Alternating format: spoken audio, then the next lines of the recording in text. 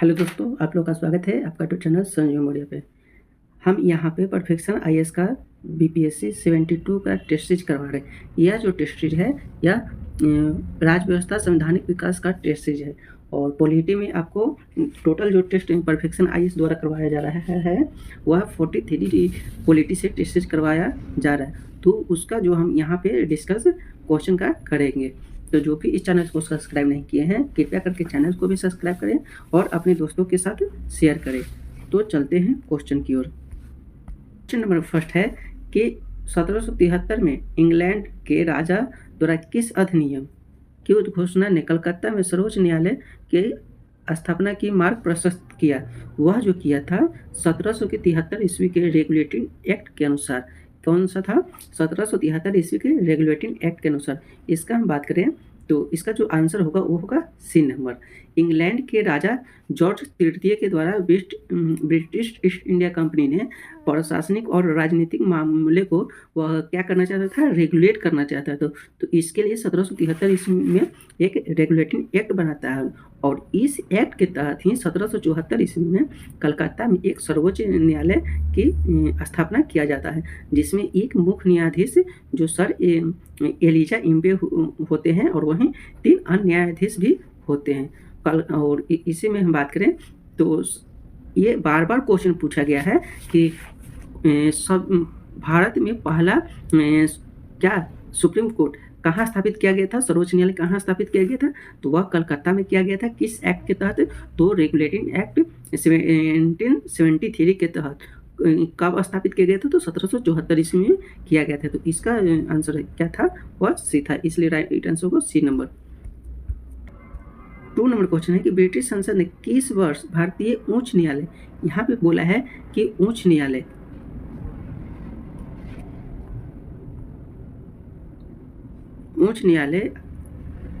किस अधिनियम में पेश किया गया था? तो वह किया गया था 1861 ईस्वी के। तो इसका जो आंसर होगा वो होगा बी नंबर। इसका उद्देश्य की बात करें तो इसका उद्देश्य था भारत में सर्वोच्च न्यायालय की स्थापना करना और कलकत्ता बम्बई उच्च न्यायालय की स्थापना करना, कलकत्ता बम्बई और मद्रास में भी हाई कोर्ट की स्थापना करना। तो यह क्या था? इसका उद्देश्य था। और वहीं भारत में पहला उच्च न्यायालय जो 1862 ईस्वी में कहाँ स्थापित किया गया था? तो वह कलकत्ता स्थापित किया गया था। 1774 ईस्वी में हाई कोर्ट भी कहाँ बनाया गया था? तो वह कलकत्ते ही सबसे पहले बनाया गया था।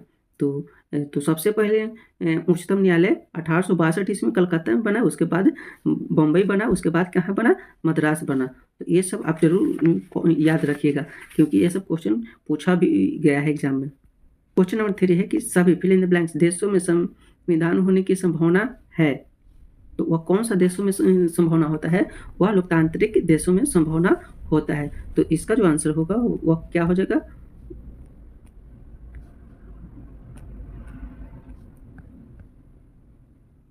इसका आंसर क्या हो जाएगा? बी नंबर क्या हो जाएगा?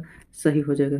क्वेश्चन नंबर 4 है कि कौन सा अधिनियम सरकार को आपत्तिजनक कुछ भी प्रकाशित करने की स्थिति में समाचार पत्र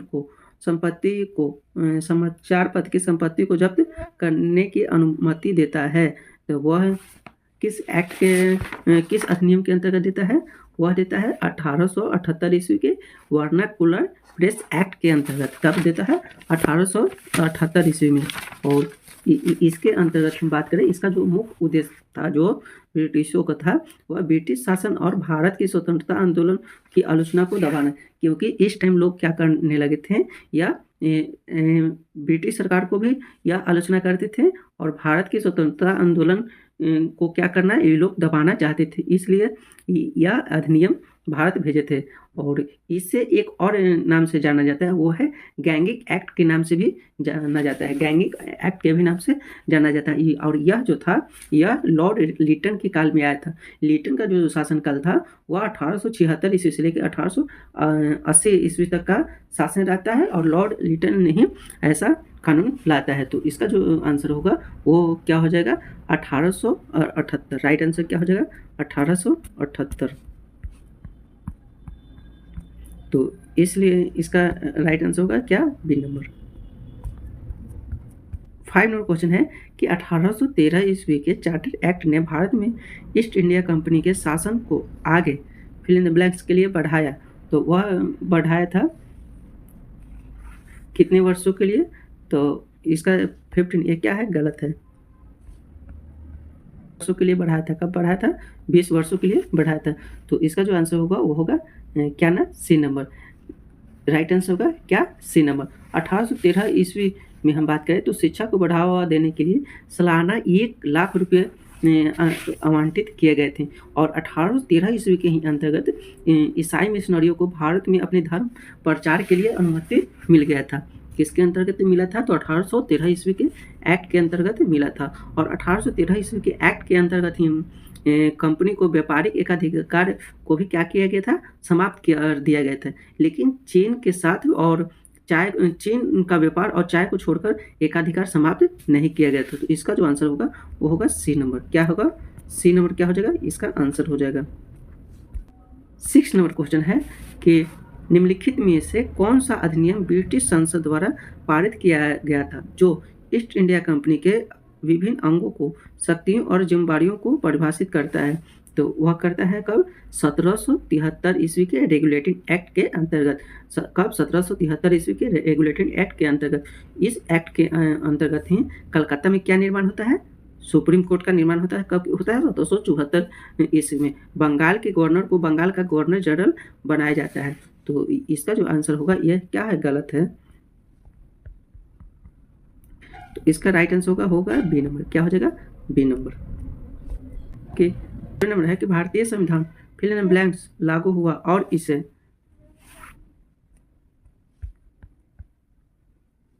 गणतंत्र दिवस के रूप में मनाया जाता है। वो 26 जनवरी 1950। राइट आंसर होगा ए नंबर।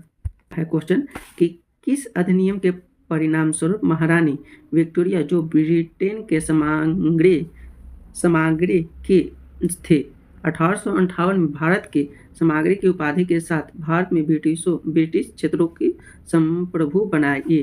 तो वह कब बनाई थी? तो इसका जो राइट आंसर होगा वो होगा भारत शासन अधिनियम। राइट आंसर होगा बी नंबर।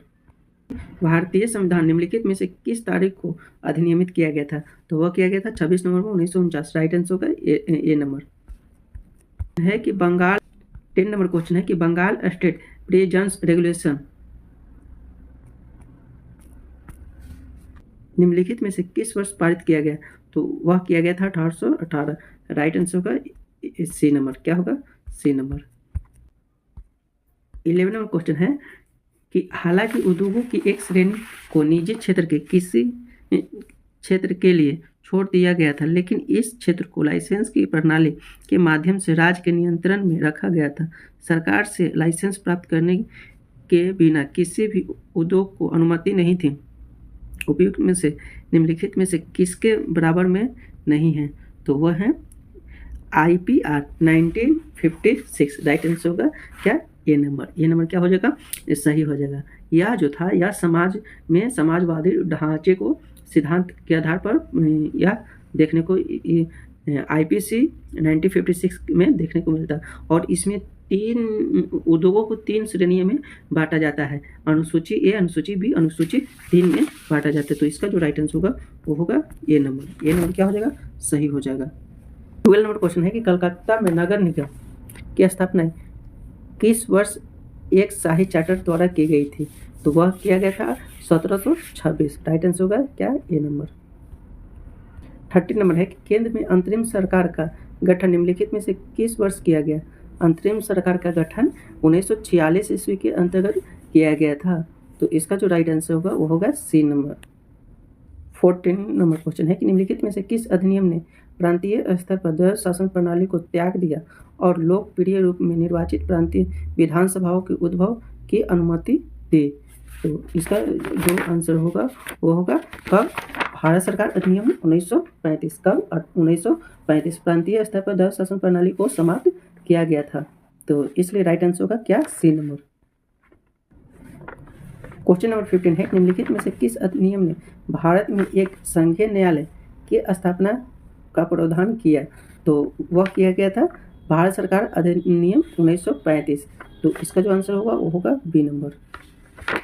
क्वेश्चन है कि भारत सरकार में भारतीयों की भागीदारी का विस्तार करने के लिए यूनाइटेड किंगडम की संसद द्वारा पारित भारत सरकार अधिनियम 1919 के तहत राज्य परिषद में कितने सदस्य निर्वाचित हुए थे? तो वह जो हुए थे वह कितने हुए थे? 60 हुए थे। क्या हुए थे? 60। राज्य परिषद में कुल निर्वाचित सदस्य की संख्या थी कितना? 60, जिसमें से 33 जो थे वह निर्वाचित थे, वहीं 27 जो थे वह क्या थे? मनोनीत थे। कितने? 60 में 33 निर्वाचित और 27 मनोनीत थे। और इसमें बात करें तो प्रांतीय स्तर पर भी क्या किया गया था कि दल शासन प्रणाली की शुरुआत किया गया था और केंद्रीय विधायकों को 2 भागों में बांटा गया था, एक को राज्य परिषद, दूसरे को केंद्र विधान सभा। तो इसका जो हम अगर उद्देश्य पूछ दे तो शासन में भारतीयों की भागीदारी को क्या करना था? सुनिश्चित करना था। तो इसलिए इसका जो आंसर होगा वो होगा क्या? D number. डी नंबर क्या है? सही है। कि 70 नंबर क्वेश्चन है कि भारत सरकार अधिनियम 1935 किस पर आधारित था?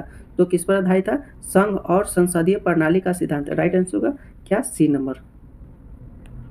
क्वेश्चन नंबर 18 है कि निम्नलिखित में से किस अधिनियम द्वारा भारत में केंद्रीय स्तर पर द्विसदनीय विधायिका की शुरुआत की गई थी? तो वह की गई थी भारत सरकार अधिनियम 1919। राइट आंसर होगा ए नंबर।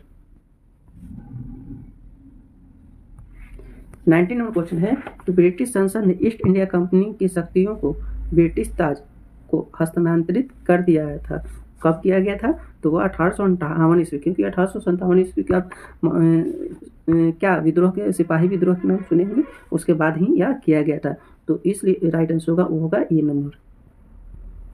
20 नंबर क्वेश्चन है कि निम्नलिखित में से किस अधिनियम ने डायकी यानी 2 शासन को शुरू किया, जिसका अर्थ है कि कार्यकारी परिषद और लोकप्रिय मंत्री? तो इसका जो आंसर है वह कब किया गया था? भारत सरकार अधिनियम 1919। इसी को एक और नाम से जानते हैं मॉन्टेस्क्यू चेम्सफोर्ड सुधार।